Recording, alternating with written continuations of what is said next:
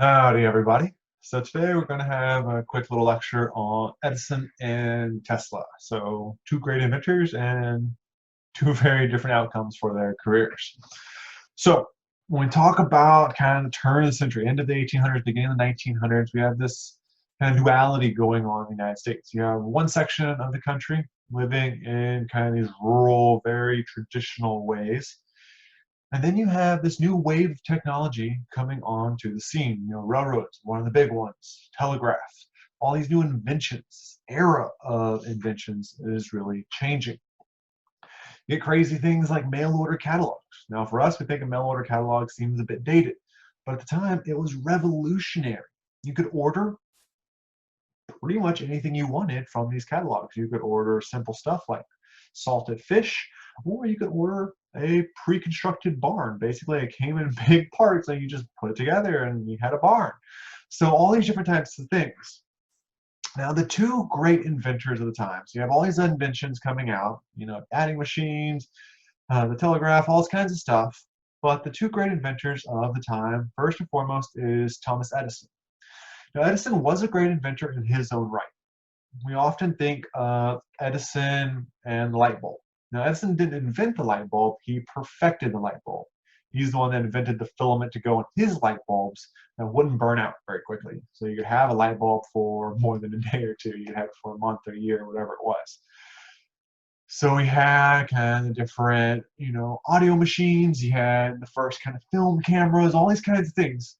And what Edison really excelled at was not only inventing these devices, but using business to kind of make money off of them. And this is where his true specialty is. He can make money off of his inventions. He knew how to sell it to the American people.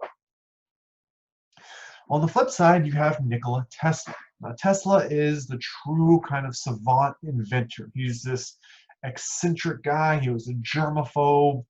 He kind of isolated himself, but he was brilliant in a way that not many people are. And he actually worked for Edison in one of Edison's shops and invented some stuff, sold some rights to Edison, and for the most part did okay. Then he wanted to create kind of his own version of electricity. So Edison had his version, and Tesla had his. Now Tesla got funding, got support, and eventually helped start a major electric company, and so does Edison. But Tesla basically sold off all of his rights to it and was making pennies on the dollar of compared to Edison. So while Edison was getting rich, Tesla was on the edge of poverty. Now, in what's known as the current wars, so this is like which current, alternating current or direct current. So what type of current is going to be the safest? What type is going to dominate electricity? So Tesla's version, he would do stunts like this, where Tesla would sit in a room with a giant Tesla coil, shooting lightning bolts and electricity across the sky, saying, look, clearly my electricity is safe. I can sit here and read a newspaper in the midst of this lightning storm. Mine is totally safe. Well, Edison had a slightly different strategy. Instead of proving how safe Edison's version of the current was, he was going to prove how dangerous Tesla's was. So in Edison's mind, the best way to show it is to take Tesla's current and hook it up to an elephant he bought from Barnum and Bailey Circus. He hooked it up to the elephant and he electrocuted the elephant to death. Now, this is wild. This is something crazy.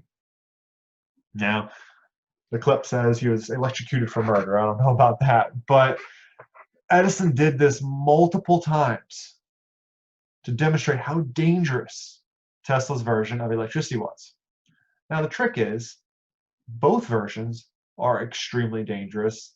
If you hook either of them up to someone and turn the voltage up high enough, you're gonna die. Like, it's gonna kill you. Both sides, direct and alternating, are good in different ways. But the true difference between these two men was not their capacity for invention, but their capacity for business. Edison is going to go on and found Edison Electric Light Company.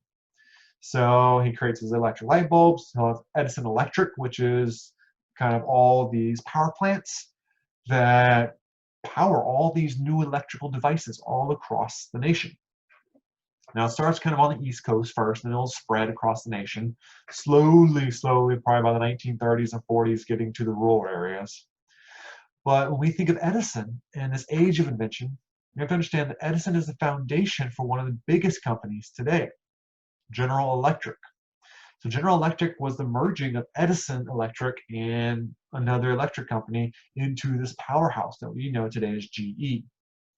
So when we think of this age of invention, we got to understand what was happening at the turn of the century, so the beginning of the 1900s, is still having dramatic impacts on us today. So companies like GE that are defining kind of innovation in some ways were started by men like Edison and Tesla.